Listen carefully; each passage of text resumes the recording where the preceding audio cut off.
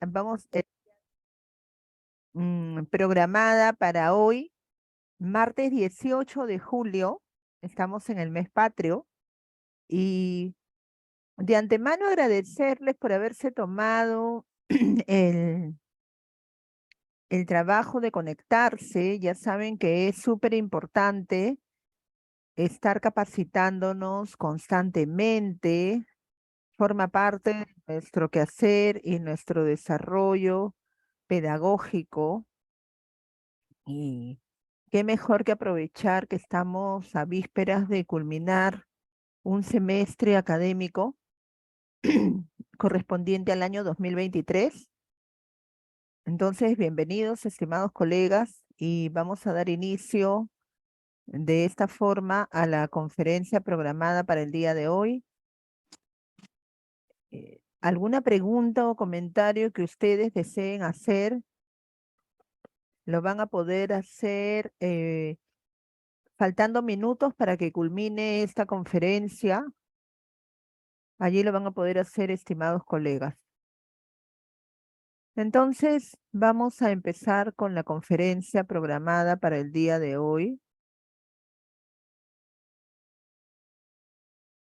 cuyo tema es didáctica de la enseñanza de la lectoescritura. El día de ayer estuvimos avanzando y tocando algunos puntos. No llegamos, no llegamos a culminar, y el día de hoy vamos a estar culminando, pues,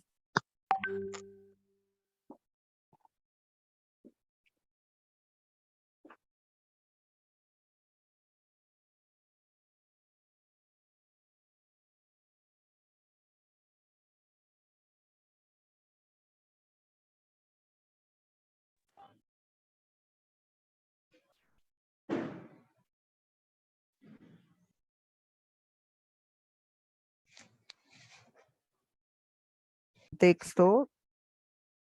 Habíamos entrado en contexto sobre lo relacionado a lo que es la discriminación auditiva, y ahora vamos a entrar en contexto sobre lo que es la conciencia fonológica.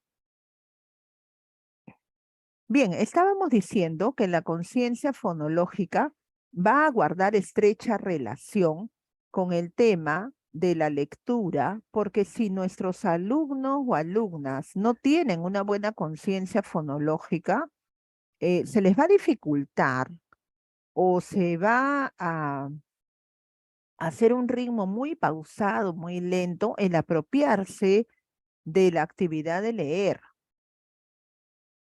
Entonces, ¿qué es la conciencia fonológica? Vamos a retomar el concepto. Obviamente ustedes ya tienen un conocimiento previo, ¿no? La conciencia fonológica se dice que es la habilidad para reconocer, ¿no?, los sonidos del lenguaje hablado, ¿no? Es decir, estamos hablando del lenguaje oral. Y esto va a ser la piedra angular, el cimiento, la base, ¿no? Para que el individuo pueda aprender a leer y escribir, ¿no? Esta toma de conciencia, ¿no?, de los componentes del lenguaje oral, ¿no? Va a consistir en aprender a reconocer semejanzas y diferencias fonológicas, ¿no? Es decir, el alumno tiene que reconocer semejanzas, pero también diferencias fonológicas, ¿no? Y para realizar un mejor estudio de esto, vamos a poder observar que la conciencia fonológica se va a dividir o se va a subdividir en tres partes, ¿no? La conciencia fonológica se va a dividir en tres partes. El primer momento, la primera parte que vamos a tener es la conciencia silábica. ¿Y a qué se refiere la conciencia silábica? Bueno, ya más o menos por el nombre nos damos una idea, ¿no? Está relacionada al reconocimiento de las sílabas, ¿no? Entonces, tendremos, ¿no?, o vamos a poder observar palabras monosílabas, palabras bisílabas, palabras trisílabas, cuatrisílabas, pentasílabas, ¿no? En lo relacionado a la conciencia léxica guarda estrecha relación con palabras, ¿no?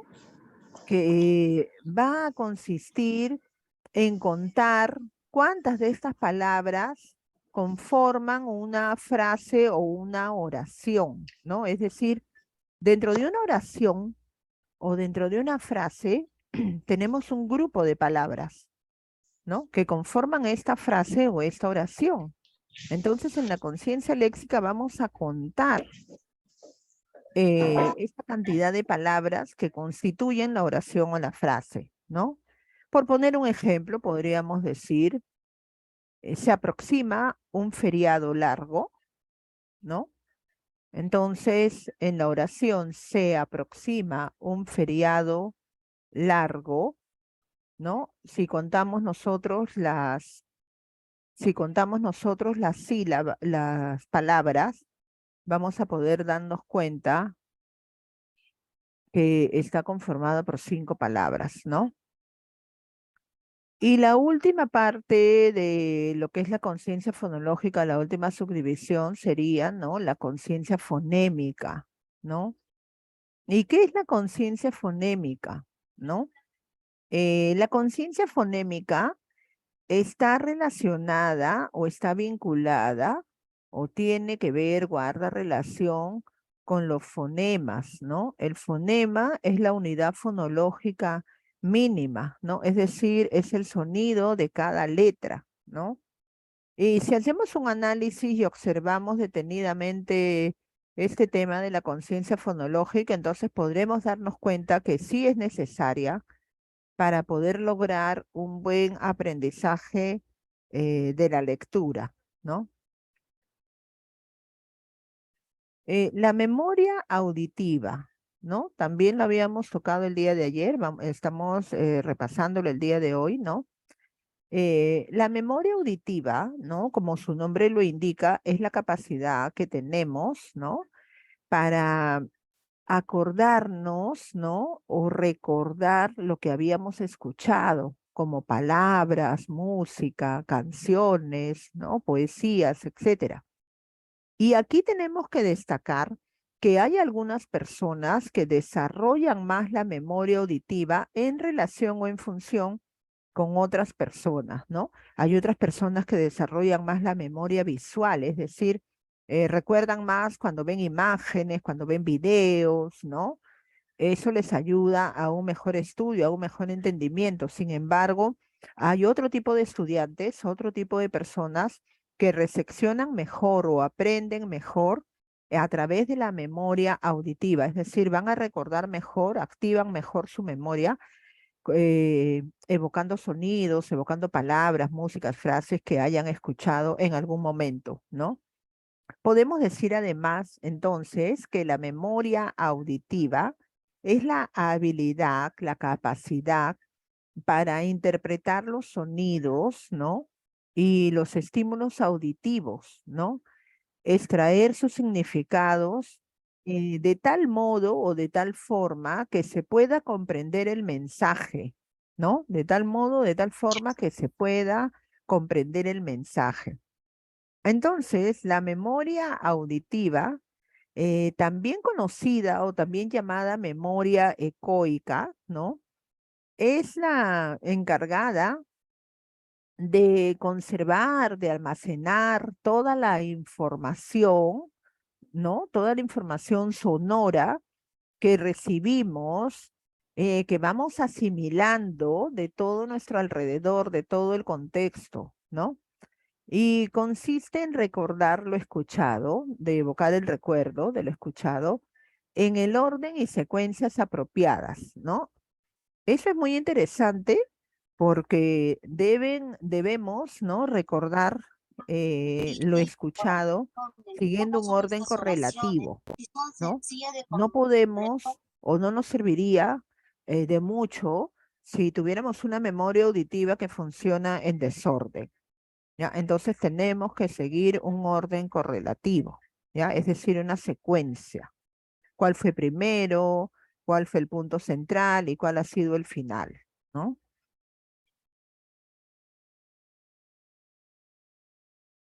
Bien, acá he seleccionado algunas actividades de comprensión auditiva que seguramente ustedes también tienen otras, ¿no? Me imagino, ¿no? Pero estas actividades, pues, son un tipo de actividades estándares, ¿no? Que en cualquier momento se podrían desarrollar por lo sencillas que son, ¿no? Y por lo llamativas que son para los niños, ¿no? Estamos hablando de los niños más pequeños, ¿no? Por ejemplo, ahí lo tenemos, ¿no? En pantalla, leer en voz alta un cuento o una fábula, ¿no? Una actividad que ya no se hace mucho, ¿no? No nos olvidemos que nosotros como docentes continuamos practicando el plan lector, ¿no? En segundo lugar, podríamos añadir el hecho de cantarles canciones o hacer que ellos mismos entonen canciones, decir trabalenguas, rimas, refranes, ¿no? Adivinanzas, tocar instrumentos musicales de percusión como el tambor, la pandereta, el cajón, ¿no? Podemos añadirle ahí el triángulo, ¿no? Las matracas y en fin, la cantidad de instrumentos musicales de percusión que hay, ¿no? Los alumnos también, si son pequeños, podrían hacer uso de la imitación de sonidos onomatopéyicos, ¿no? Y también lo que hemos trabajado bastante, lo que se trabaja bastante nosotros como docentes son los ritmos con palmadas, ¿no? Para que el alumno, bueno, al menos cuando se hace el tema de sílabas, ¿no? O de ritmos en las palabras, utilizamos las palmadas o en algunos casos, pues, las pisadas, ¿no? Los zapateos.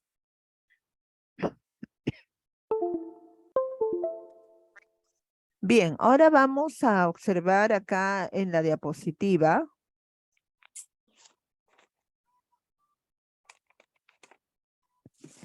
los prerequisitos, ¿no? Para el área o el desarrollo de la lectoescritura. ¿Y cuáles serían estos prerequisitos? Es decir, esto es lo que se necesita, lo que se requiere para que se realice el proceso de lectoescritura de forma o de manera adecuada, ¿no? Vamos a tener allí el lenguaje oral, ¿no? El cual vemos que emplea variedad de frases y palabras, ¿no? U oraciones para expresarse, ¿no?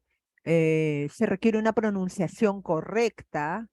Las demás personas, los oyentes, deben comprender lo que se dice, ¿no?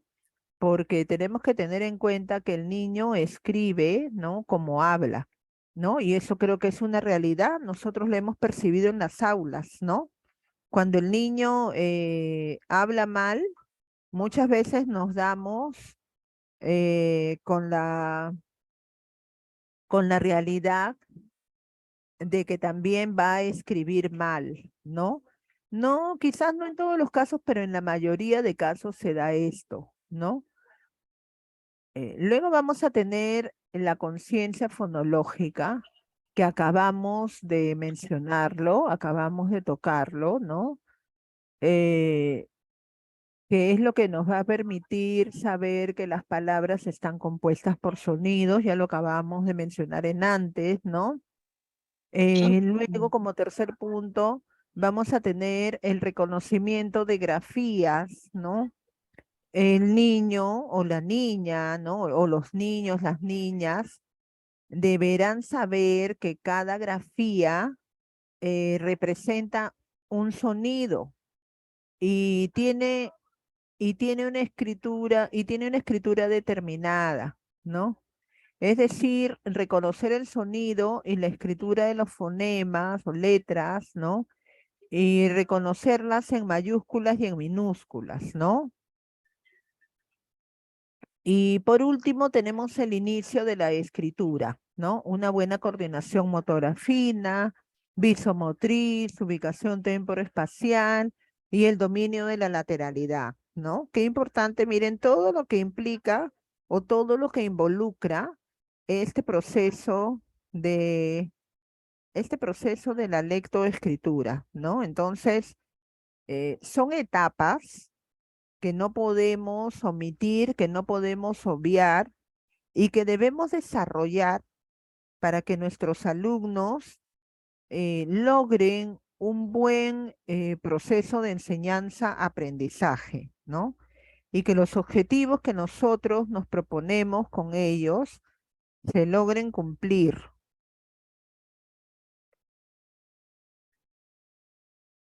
Bien, acá vamos a ver la importancia de la preescritura, ¿no? Porque antes de la escritura vamos a tener la preescritura, ¿no? Antes de caminar se gatea, ¿no?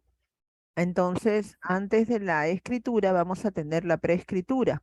¿Y por qué es importante la preescritura, no? La preescritura va a comprender una etapa de maduración motriz, ¿no? Y perceptiva del niño. Cuando decimos motriz, nos estamos refiriendo específicamente a la motricidad fina. Sí, también implica, ¿no? La motricidad gruesa, ¿no? Pero principalmente o el mayor peso va a recaer en la coordinación motora fina, ¿no? Y perceptiva del niño. ¿Para qué? Para ayudarle o contribuir posteriormente con su aprendizaje de la escritura. Con el desarrollo de diversas técnicas de motricidad fina, estamos ayudando a ejercitar los músculos de las manos, de los dedos, del brazo, que le van a servir al alumno posteriormente cuando se inicie en la escritura propiamente dicha.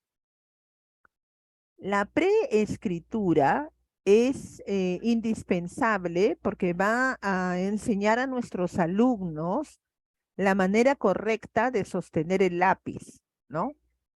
eh, el movimiento pinza, ¿no? Que muchas veces se presentan problemas de escritura cuando los alumnos ya están en el nivel de primaria porque no han tenido un buen aprestamiento, ¿no? Entonces,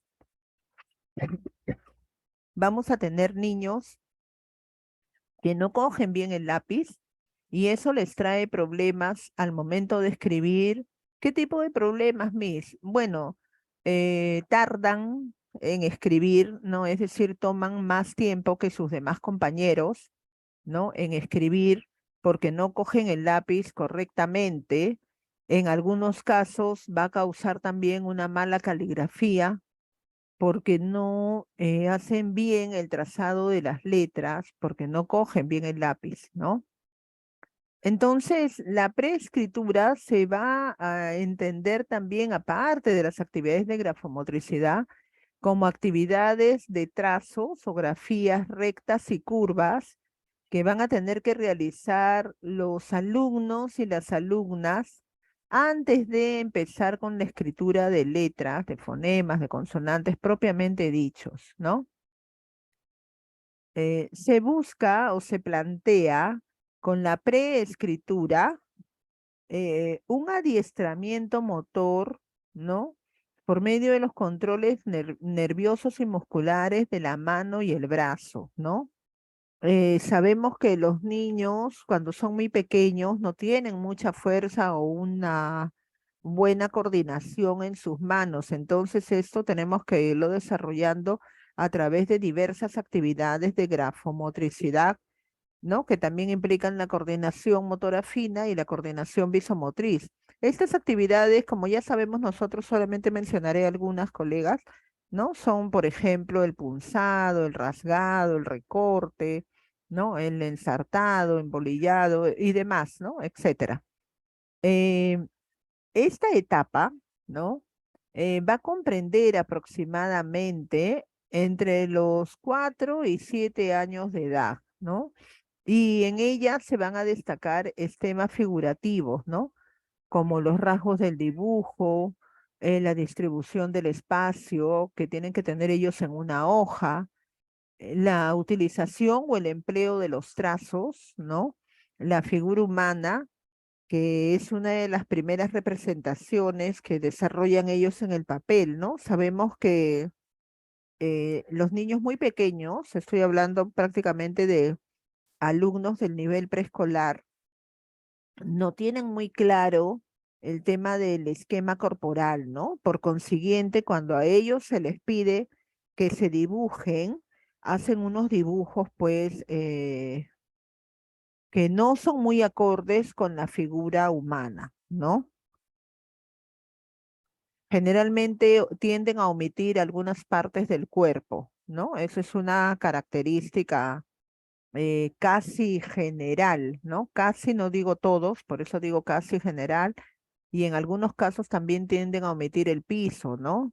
Dibujan a una persona o se dibujan ellos y los dibujan sin piso, ¿no? Entonces, son puntos que nosotros tenemos que estar atentos, observando, ¿no? Y haciéndoles las indicaciones respectivas. Bien, vamos a ver ahora o enfocarnos en lo que es el aprestamiento a la lectura, ¿no? Vamos a continuar con este tema, ¿no? ¿Y qué es el aprestamiento a la lectura? Existen muchas teorías, eh, muchas propuestas, ¿no? Yo he escogido la más estándar, ¿no? Para poder explicarles esto de manera más general, ¿no? Y podemos decir que el aprestamiento a la lectura es el conjunto Es el conjunto de actividades, ¿no? Organizadas secuencialmente, partiendo de lo más sencillo, es decir, partiendo de lo más fácil hasta ir a lo más complejo, a lo más difícil, ¿no? Que van a ir desarrollando los niños. Es decir, vamos de menos a más, ¿no? Vamos a ir de menos a más de forma gradual, ¿no? Eh, y por ejemplo, ¿no? ¿Qué vamos a ir desarrollando? El pensamiento, el lenguaje oral, lo relacionado relativo a lo sensorio-perceptivo, la coordinación motriz, ya les había dicho la coordinación motriz gruesa, pero vamos a darle más prioridad o más énfasis a la coordinación motora fina, la organización espacio-tiempo, ¿no? Podemos decir además que el aprestamiento a la lectura va a proponernos, ¿no? De que el niño, el alumno, la alumna se adapte sin mayores dificultades y con un tiempo promedio, ¿no? A la actividad de leer, ¿no? Es decir, en pocas palabras, el alumno, la alumna que ha tenido un buen aprestamiento a la lectura, siguiendo todas sus etapas, cuando llegue al momento de leer propiamente dicho, le va a resultar más fácil y lo va a hacer en un tiempo promedio. Es decir, cuando digo un tiempo promedio o un tiempo estándar, me refiero a que no va a tardar tanto. Ahora, eso también es relativo porque va a depender también del grado de madurez del alumno, ¿no? Sabemos que tenemos alumnos y alumnas muy inteligentes, sin embargo, con el tema de la lectura, a veces no podemos manejar tiempos rígidos, ¿no? De repente de un aula de 20 alumnos, ¿no? eh, 10 van a leer en un tiempo promedio, de repente por ahí tengo 3 que van a ser muy veloces y los 7 que me quedan todavía van a estar tardando un poco, ¿no? Van a demorar un poco más, van a tardar un poco más, pero eso no significa que sean menos inteligentes que sus compañeros. Tiene que ver mucho con el grado de madurez de cada alumno, ¿no? Tiene que ver mucho con el grado de madurez y los estímulos también que haya recibido o que esté recibiendo en casa, ¿no? Sabemos nosotros, colegas, que cuando el alumno se está iniciando o está aprendiendo o está empezando esta etapa a la lectura, recomendamos pues habilitar en casa, ¿no? Se les sugiere a los padres de familia habilitar en casa una mini biblioteca, ¿no? Donde le puedan proporcionar al niño materiales de lectura que él puede emplear, ¿no? Como cuentos, fábulas, libros de trabalenguas, adivinanzas, con figuras grandes para que lo ayuden en este proceso, ¿no? Y que cuente ahí con una alfombra, un tapete, un cojín, algo para que él se sienta cómodo al momento de leer. Y también influye mucho el hecho de que los padres lean, ¿no? Padres lectores, como dice el dicho, padres lectores, hijos lectores, ¿no? Porque muchas veces se le exige al alumno, se le exige al niño que lea y que lea correctamente sin deletrear, ¿no? Sin demorarse, siguiendo el ritmo adecuado, los signos de puntuación y todo lo que implica el tema de la lectura, pero los padres no leen, ¿no? Entonces tenemos que estar viendo esto también. Es importante y se recomienda, se sugiere también que los padres de familia o los cuidadores o tutores, las personas que estén a cargo de los niños en casa, conozcan o tengan una idea, una noción del proceso de enseñanza-aprendizaje que su hijo recibe en la institución educativa para que los refuercen en casa, ¿no? Es importante esto porque les va a servir a los alumnos a que los apoyen en casa, ¿no?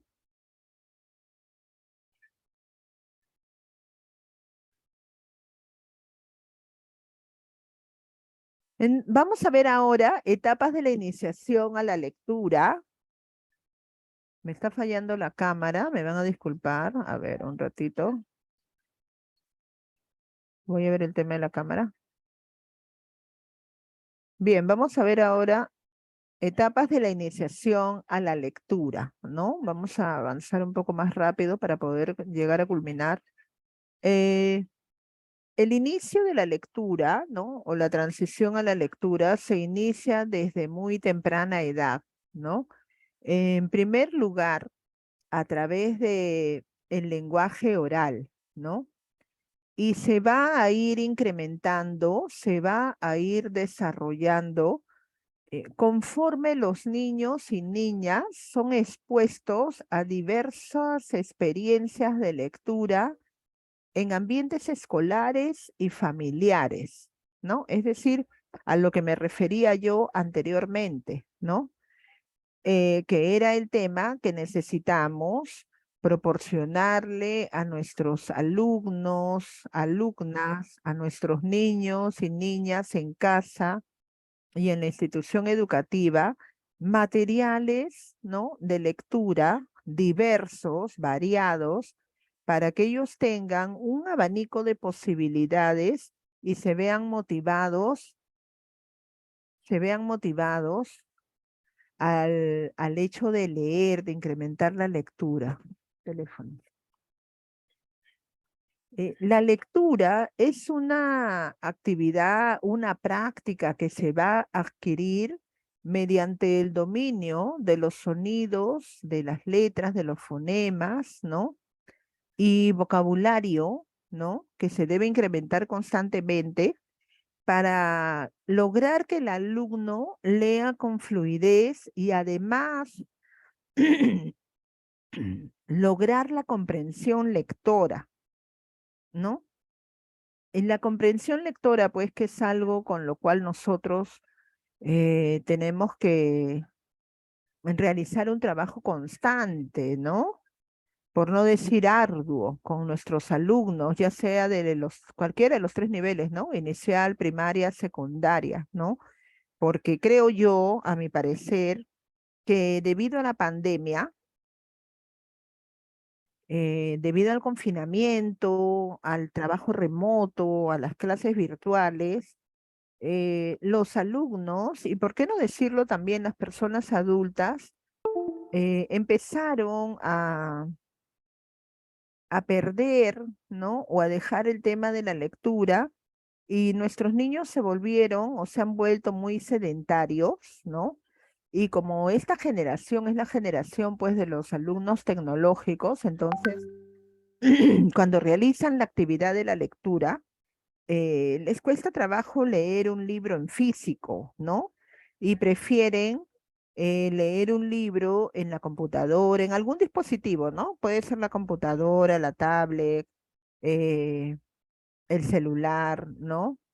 Inclusive, bueno, yo tengo conocimiento, ¿no? Porque tengo familiares que hay instituciones educativas particulares que de una u otra manera fomentan esto, ¿no? Porque les mandan a los chicos a leer, pero no les mandan a que se compren el libro o el cuento, ¿no? Estoy hablando de instituciones particulares, sino que les dan el enlace, ¿no? Les mandan el enlace, les mandan la página para que ellos lo lean por la computadora o por su celular, ¿no?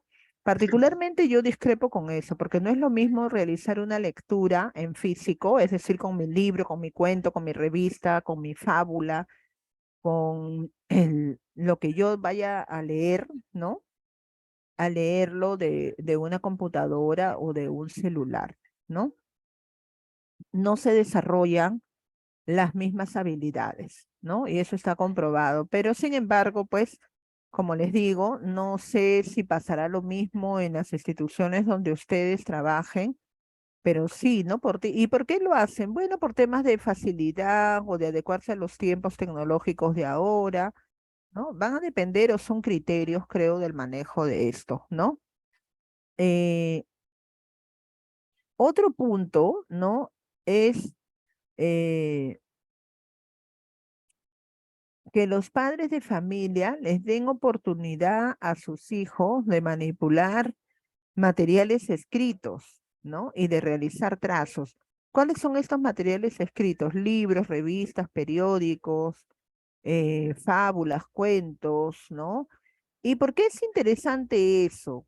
Porque el alumno aprende a reconocer diferentes tipos de letras, ¿no? No es lo mismo la letra de un periódico, también ahora la gente no consume mucho periódico porque lo tienen en el celular. No es lo mismo la letra de un periódico que las letras de una revista, que las letras de un cuento o que con la letra con la que escriben ellos, ¿no? Entonces es interesante que el alumno desde pequeño aprenda a reconocer los diferentes tipos de letras que hay, ¿no? En síntesis, la meta o el objetivo, la finalidad es lograr que todos nuestros alumnos se conviertan en lectores y escritores independientes y sobre todo que entiendan lo que leen, que comprendan lo que leen, ¿no? De nada serviría que lean, ¿no? Y no sepan o no entiendan lo que están leyendo, ¿no? Por eso les decía que es muy importante el tema del plan lector.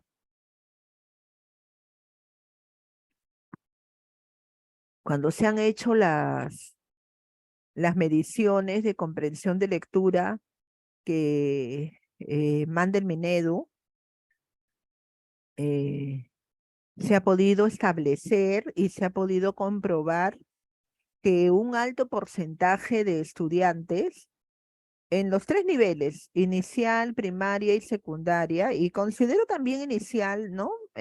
Más que todo en el año de 5, en la edad de 5 años, porque ellos realizan pues una lectura de imágenes, ¿no? Una lectura icono-verbal, ¿no? O leen sus pictogramas, ¿no?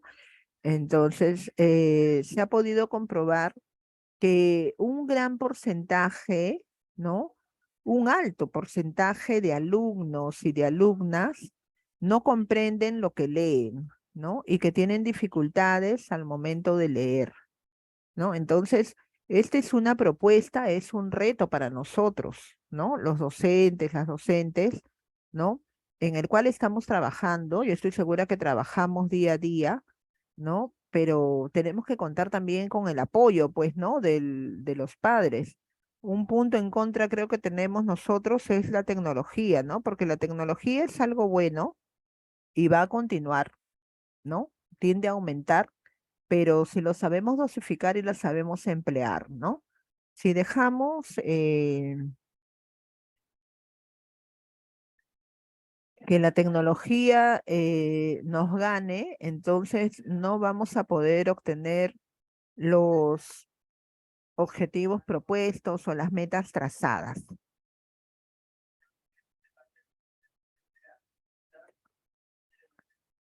Bien, vamos a seguir continuando para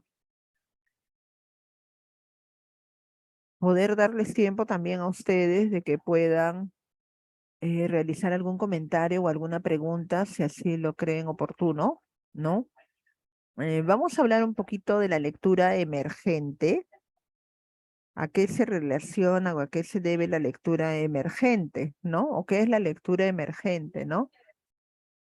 La lectura emergente está relacionada al proceso de transición o preparatorio para la adquisición de la lectura en esta etapa propiamente dicho, ¿no? Se va a buscar que los niños y niñas, ¿no? Desarrollen su lenguaje oral y amplíen su vocabulario, ¿no? Que se familiaricen también con los diversos materiales impresos que tenemos en el mercado y conozcan las convenciones de la lectura, ¿no? Es decir, allí las tenemos en la pantalla, ¿no? Nosotros empezamos a leer de arriba hacia abajo, de izquierda a derecha, por eso que decíamos que es importante el tema de la lateralidad para todo esto de la lectura y la escritura y de las nociones espaciales, ¿no? Comprender que las palabras sirven para nombrar objetos, personas, animales, cosas, etcétera, ¿no? Entender también que los diversos sonidos se van a relacionar con las letras impresas, ¿no? Es decir, cada letra tiene un sonido determinado, tiene un nombre y un sonido determinado, ¿no? Seguir secuencias al momento de leer, es decir, leer en orden, leer en forma correlativa, ¿no? Eh, este tipo de lectura emergente muchas veces se inicia con la lectura de textos iconoverbales o pictogramas, ¿no? Es decir, el niño, por eso les decía, les hacía hincapié al tema de los niños de educación inicial o preescolares, ¿no? Que los niños, una forma primitiva de leer que tienen es la lectura de la imagen, ¿no? Los niños, lo primero que leen es la imagen, ¿no? La figura, el signo, el símbolo, ¿no? Para posteriormente poder lograr la lectura de las letras propiamente dicha. Bien, la lectura emergente podemos decir entonces que es importante y fundamental, ya que forma o va a poner los cimientos para un adecuado aprendizaje, ¿no? A posteriori del código escrito, ¿no? Que es uno de los elementos primordiales del éxito escolar, ¿no? En los diferentes aspectos de la vida, ¿no? Porque un alumno o una alumna que no lee correctamente no va a poder desarrollar las demás áreas, sus demás cursos, ¿no? Y por consiguiente tampoco va a poder estudiar de forma apropiada, ¿no? Va a tener problemas al momento de querer estudiar, de querer leer, ¿no? Este planteamiento, esta premisa, nos indica o nos da a entender que no hay un momento exacto en que el niño aprende a leer, sino que dependerá de su desarrollo madurativo y cognitivo, ¿no? Y con esto quiero cerrar la idea, ¿no? Es decir, eh, no podemos dar una edad exacta de forma general, ¿no? Podemos dar aproximaciones, pero no podemos dar una edad exacta porque esto es un proceso natural, madurativo, cognitivo, ¿no? Hasta diríamos socioemocional, ¿no? Y que va a depender o que varía de persona a persona, ¿no? Si un niño ha sido bien estimulado, ¿no? Ha logrado desarrollar varias actividades de aprestamiento, ¿no? A la lectoescritura, entonces ese niño, ese alumno, esa alumna, cuando le toque ya propiamente el proceso de aprender a escribir y a leer, lo va a desarrollar con mayor facilidad que un alumno o una alumna que no le proporcionaron los estímulos suficientes, no le proporcionaron o no lo estimularon, ¿no? No recibió una estimulación adecuada, entonces va a tardar un poco más. De que todos lo van a lograr, sí, todos lo van a lograr, pero en diferentes ritmos. No nos olvidemos que debemos tomar en cuenta y respetar los ritmos de aprendizaje de nuestros alumnos, porque no todos tienen el mismo ritmo de aprendizaje, ¿no? Tenemos alumnos que les explicamos una vez y entienden. Tenemos alumnos que requieren una doble explicación, ¿no? Y también tenemos alumnos que necesitan una explicación individualizada, ¿no? Es decir, tenemos que acercarnos hasta donde están ellos y hacerles una explicación muy personalizada. Eso no significa que uno sea más inteligente que el otro, sino que desarrollan su proceso de entendimiento de manera diversa, ¿no? Y sus ritmos de aprendizaje también son distintos, ¿no?